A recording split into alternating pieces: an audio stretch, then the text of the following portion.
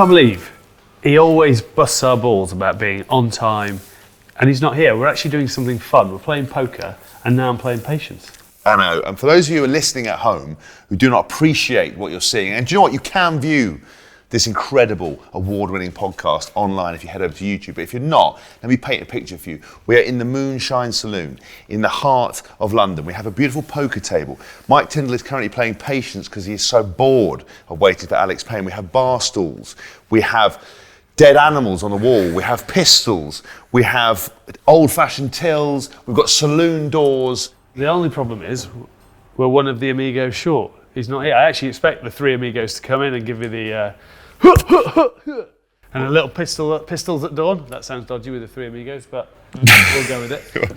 Yeah, he gives us so much crap about being on time and turning up, and then we're doing something fun. We're playing poker, and he's nowhere to be seen.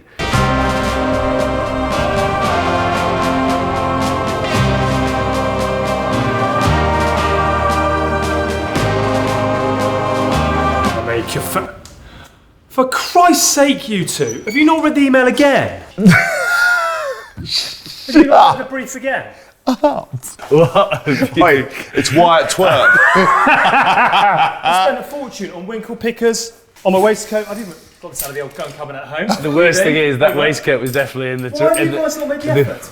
In the wardrobe. Okay, for those of you listening at home, Alex has walked in the naughtiest pair of cowboy boots you've ever seen. What I can only imagine is one of his relatives' corduroy gilets, a rusty old antique pistol. It's definitely a family heirloom. Definitely a family heirloom. Slightly irritated that you two aren't going to play the game proproperly. And We're definitely in the right place for a couple of bandits. No doubt he had the sheriff badge on. He's got the sheriff badge. There is deputy out there as well. Yeah, of course you did. Like as much Mrs. power Payne as likes the right sheriff now. to come visiting, and then he's got a lovely sort of hat on that looks like he's sat on it. So once again, I'm playing the role of the tit in all of this, which is what I'm getting very accustomed to. Stick to what you do best, mate. Slightly irritated. I like it. Were you in the middle of something, or should I take over at this point? No, you can crack on. I wouldn't want to take your place. I mean, to be honest with you, shouldn't argue with the sheriff, should we? No. Very true.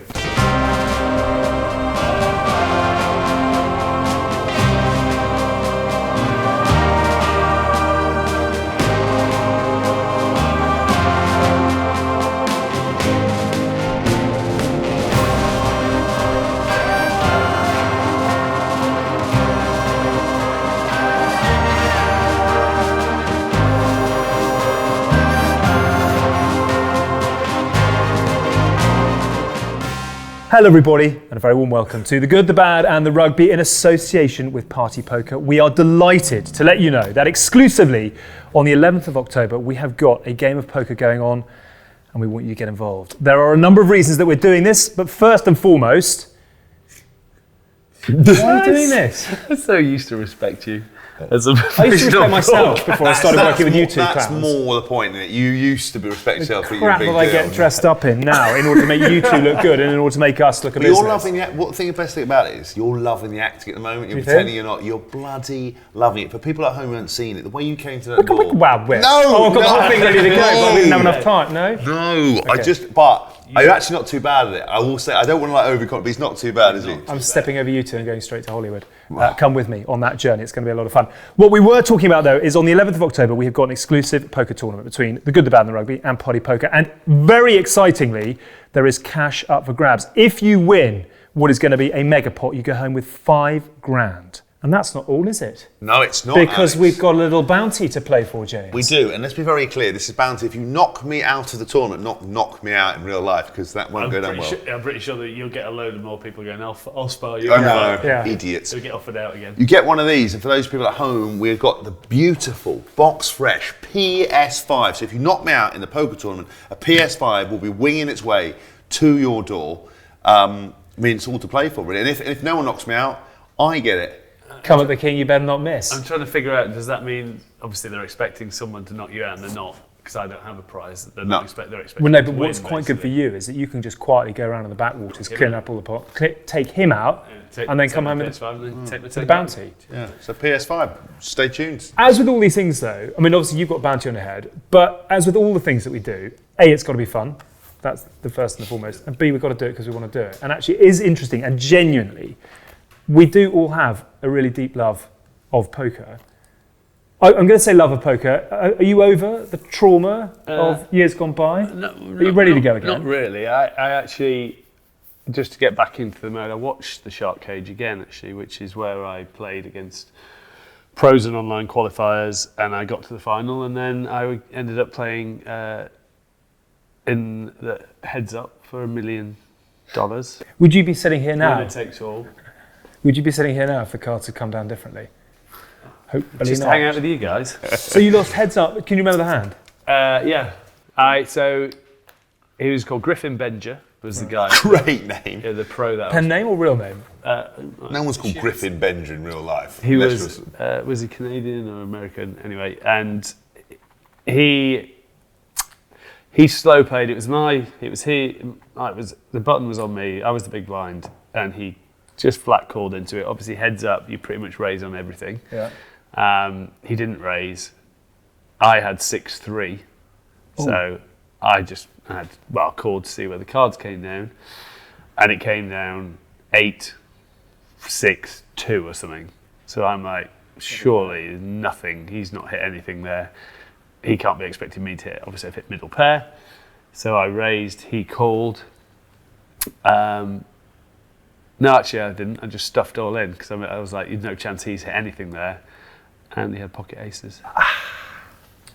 At least you're going out a proper gun shoot there. I mean, that it is... sort of lived up to how I played the whole thing. And for the qualifier that was in Barcelona, I got a lovely trip to Barcelona. I managed to, in the qualifying heats, basically turn it into a home game. That's We had four pros on the table. We had Mike McDonald, known as Timex, very good poker player. We had Jason Mercier, who has played numerous times, won over 15 million quid's worth in prize money. Liv Boree, she's brilliant. Yeah, poker player plus an astrophysicist or something ridiculous. Get the numbers. And then there was an online qualifier from India, New Delhi. And I managed to get through that just purely on turning it into a home game, so they weren't really concentrating, and I won it. And then I was like, well, sweet, finals in London. I made deals with everyone at that table saying, oh, look, you're not supposed to take a deal, but I did. And I never thought I'd get to the final, and I did. And I was like, why have I made all those deals? They're all going to make money off me if I win. And was there a consolation prize or not? No, winner takes all. Winner takes all. Did you know all the terminology? He sprinkled into that. A lot. Some of it I understood, some of it I didn't. Because I used to present it at Sky. I used to present the poker, and I don't know if I've tried quite hard to get it all deleted off YouTube because this would have been 2008, 2009, and at the time I was looking between 13 and 15 years of age, depending on how high the heel that I was wearing. But there were some unbelievably good days. So I used to do a lot with Phil Ivey, Dave Devilfish. You played against Devilfish. I did, yeah.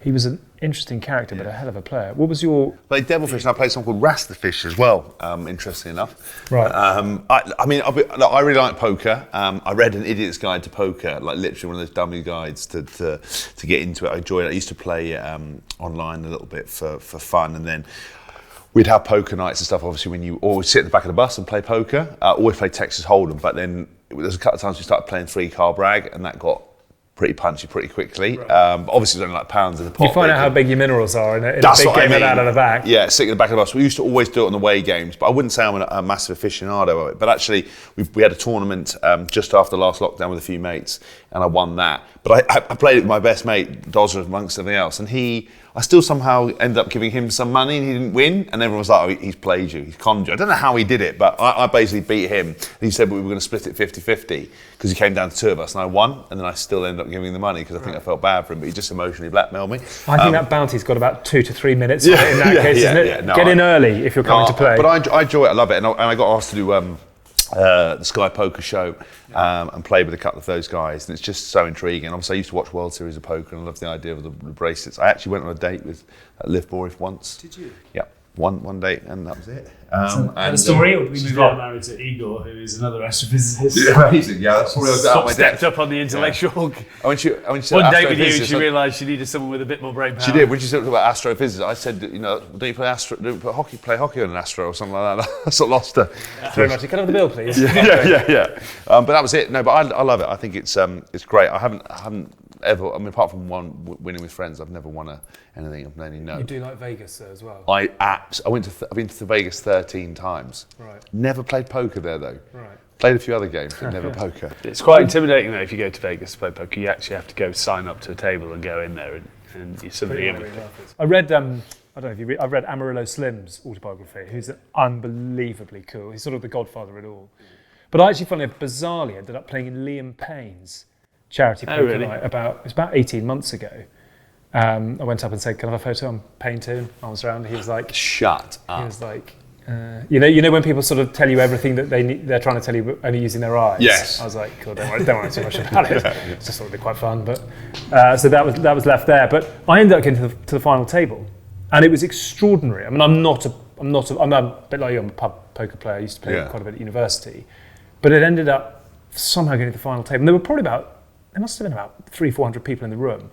Carl Froch on the final table, Stormzy was in there, Liam Payne, who had absolutely no idea what he was doing. So this was one of us that did in that regard. And I think top 4 got cash prize, and the winner took a prize too. You know when you go on these ferries, cruises, and you go on one of those, and that was the top prize. And I went home in 6th. I didn't have much of a chip stack going to the final table though. But I don't think anyone actually cashed in at all because of COVID. One of my very good friends and former Saints players and Worcester players, Gary Truman, he's an absolute poker fiend. He goes online with games, just hustles people, just takes them out. Right. But because we beat him on that social, we never hear the end of it. Never hears the end of it. But he's like, I wasn't replaying, wasn't taking that seriously. But he's a proper shot. There's a few former teammates who are proper shots. Who else would you put in that? So let's divide it then. Who has got a proper poker game other than yourself, and who is just dangerous because they've got no idea what they're doing? Well, I thought Sinbad. It's different. Sinbad. James Simpson Daniel. Yeah, James Simpson. I think thinks he's a proper poker player, but he's just loose as a goose. He's a proper it comes down chancer. It comes down to. I always remember Lineker tells the story of when he played golf with Michael Jordan, and Lineker said on the first tee, "Do you fancy having a wager?" And Jordan said, "Yeah, we'll have a wager." And Lineker said, "Well, what do you think?" And Jordan just said, "Whatever makes you feel a little bit uncomfortable," which I thought was a brilliant line. But that's where someone like Sinbad is just sort of no regard for the odds and is able to kind of. No. I once played with Daniel Negreanu at a charity event in Monaco, and I was playing him, and it was me and him, and he's just staring at me and talking to me. Well, as in trash talking? No, just talking to try and get something out of me, and literally it ended up me trying to stonewall him, just stare at him, and after 10 minutes, and we've been round again, he told me exactly what I had, and then when someone tells you your exact cards, it's quite hard to not give a reaction going, "How the fuck did you know that?" And he literally rinsed me. I was like, I can't do anything. Did he tell you afterwards how he'd done that? Right, he basically said he just talks to you and looks for reactions on certain things. Like, do you have a king? How did you get there? And literally, he then goes, right, you got king 10. I'm like, I'd be like, how do you know what I've got when I don't know what I'm doing? If someone know what I'm going to do before I do. He was incredible. He was. I've played with a few pros, but he I played with Joe Hatchim. So I knocked him out of a tournament, one of these. Who Hatchim? Hatchim, where when you reckon he just couldn't wait to get to the bar. He was one of those pairs you play performances, couldn't wait to get out of there. Oh, got a pair of aces, but I'm going to fold and just put all the and go. I could, honestly, if someone tried to talk to him while I was concentrating on doing something, I wouldn't know what I'm doing. You know when you try and talk to men when they're on their phones, they can't multitask. Yeah. I'd be like looking at the thing, counting it. I'd be like, mate, shut your mouth, shut up. I can't. I don't know what you're doing. I hate that. You played against Hatchim? Yeah, that was. I'm not sure where that was. That might have been in Australia actually, but Daniel Negreanu was a different level. He literally just used to talk to people and would know exactly what they had. And I love that his that's stories amazing. always like as Monaco. Yeah. I was in a pub around the back. I was on the back of a bus with the Wasp lads. Bucket of wines. So divide up. Give us a couple of names. Those who Sinbad obviously knows what he's doing. Anyone from your Bolsh is at least. Tom Voice, didn't he? Gung ho and reckless. But that can be useful at poker. Yeah. You could always dummy you with a sidestep. He takes that onto the table in some ways.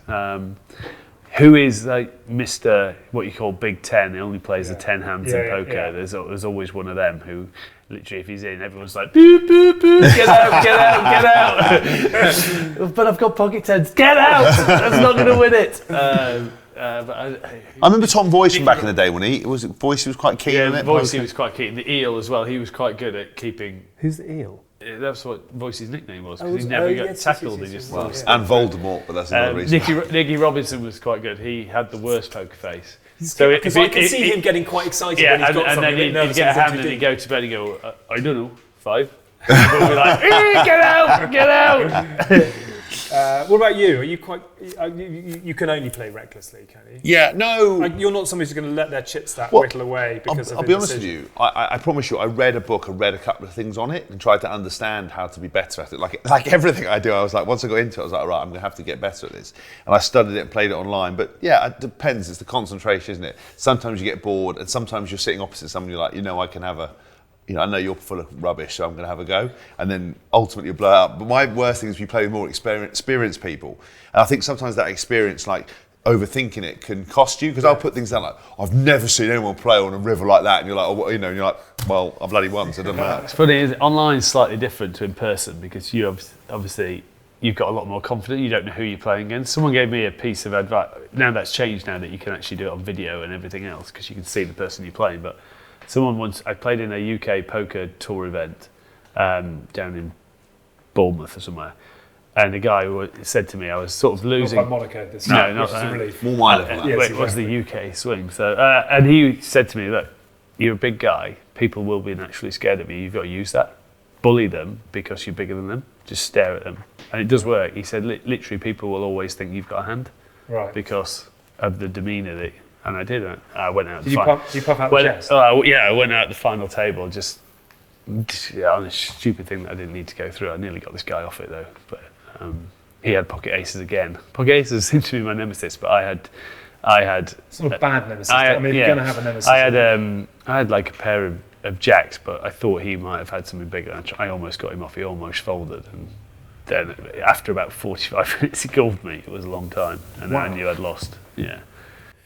Which of the young guns you have possibly got a little something in them? I mean, I think Elliot Daly? I think Ellis would be quite mean opposition. Would actually talking about being big and straight talking and intimidating. Trash talking. I don't know. Do you know what? They don't play on the bus anymore. I went full bore and actually bought party poker chips, like a little metal suitcase. Yeah, back in the day. Yeah, the clean bays. Yeah. And I used to play it like I don't know.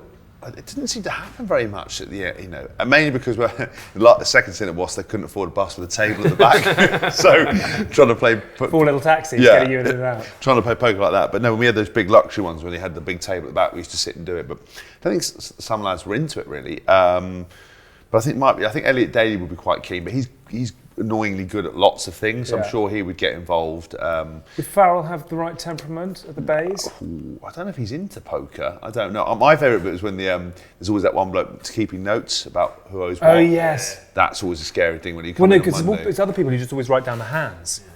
Who's had what with what? Les Van der Kolen used to play him, which meant he was just giving away money because Les couldn't play poker for love the money. We had back in the day. We had the best card score we had was back originally with like Catty, Austin, Will Greenwood. See, Will's a bit Bolsh, of a mathematician. Yeah, Bolsh played. That was a proper. Jono, did the furrowed brow ever come? Very rarely. A few people would step in, but then because there was a core crew who were playing, they'd get out pretty quickly. I just reminded me when we used to go to away games in hotels and say like Worcester or something, when you would stay away. I remember sometimes the poker game would go on night before the game, like late, and you'd be like, we're supposed to play tomorrow, but you couldn't leave it. But that's the brilliant thing about it. A good night of poker goes all the way through till the sun comes up. Yeah. But not for us, but I think we had to call it somewhat like split the pot or just go, we're going to... But I think about it, it's amazing when we said we were going to do this show, we partnered with Party Poker, and I was trying to think, I haven't done a lot of poker, and I was like, I actually have. I mean, none of the good locations, but I'm obviously more of a poker player than I thought I was. It doesn't mean I'm any good, but... you still need the cards, don't you?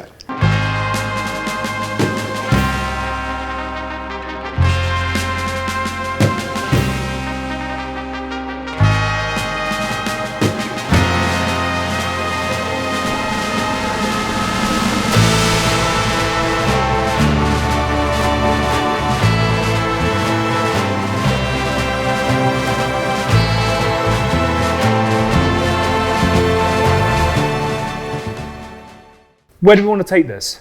Obviously, we're going to have a lot of fun on the 11th of October, but what, The world is our oyster. What do we want to do? We're going to do a little series or something. Aren't we? Yeah. I think the series, but I'd like to do it in different locations. So we're going to have a, Good Bad Rugby with Party Poker. We're going to have a night where people are going to come down. Maybe we should do it on a boat going up the Thames. We've done that little- before. little That paddle didn't end boat. well. yeah. Very different. Don't read the book. Vegas. The idea is we build it up. It'd be amazing to do A something like weekend, Vegas. Thursday to Sunday, the Party Poker at GB Imagine and the three of us at the Vegas World trip. Series. Oh. We're coming back with a bracelet. Still something I'm definitely going to do at some point. I tell you, let's make it so happen. David Hay did a thing with somebody else, and actually they trained him up to play in a poker tournament. I think he did okay. I had a couple of buy-ins. I think we should do something like that. I'd love to do that. We'll go to a big casino in London or go to a big casino in America and have a go at it. Yeah, that'd be awesome. Do you think you've got the minerals if it's like proper, like big money? That's the most extraordinary thing I always remember about, and I always think they were sort of slightly odd as a result, but they would be, I actually at one stage, and I can't remember how much it was presenting the biggest hand of poker ever televised, and it was something like $1.6 million or something on the turn of a card. And we used to strap them up to heart monitors and all those kind of things, and they didn't change. I change. I mean, You'd be like bouncing around. Yeah. But do you think when it comes to it, and we've got £15 in the pot, Yeah, but that's still high enough, stakes. isn't it? £15 to get all Yeah. sorts. I mean, we are in the Sweaty big, palms. we're in the big smoke, so that could probably get you a steak. I mean, Northampton can get you a house. So you just got coffee. Yeah. Yeah, you've obviously, I mean, because you haven't played a lot recently, is that right? No, I haven't So played I've done a lot recently. much. haven't I? But I'm quite excited about getting it Can't back. remember. That was 5 years ago. This show. Okay, it's just so. Yeah. So you think, Strip poker's always a great one. I've played a lot of that. Different topic? any good? Pair of aces. But on that Fold. one, you lose on purpose. It's Yeah, that's not, what I mean. I turned up not wearing anything. And we'll take it from there. It isn't strip poker on the 11th of October. We're going to go for it full bore. It's going to be a lot of fun. Bounty on your head, PS5. We've got big cash prizes up for grabs as well. Somewhere, someone clever is going to put links where you can subscribe, you can come and get involved, you can get yourself in the right place at the right time, which is more than we can say for you two on most weeks. But for Sorry, now, you turned up late You today. too late again. I'm just getting myself fully into Wild Wild West. Jim Stop West, saying it, that. Desperado, Stop, no, Rough Rider. no. No, you don't want nada. I've practiced that for weeks. And bring it on, 11th of October. I'm quietly going to keep an eye on you. That you'll be very noisy, burn out brightly like a comet, as you always do, and be Like a firework. like a firework. Yeah, short, Like a Roman candle. yes, Catherine wheel. Just Short. spinning around making a lot of noise. short, noisy, bright, and over before it's begun. I don't think Kelly. I'm short. I think I'm bright, loud, big, and Yeah. Extravagant. extravagant. 11th of October. Good, Bad and Rugby, Party Poker, our first ever poker tournament. It is going to be a lot of fun. Find the link, come and play. We'll see you there.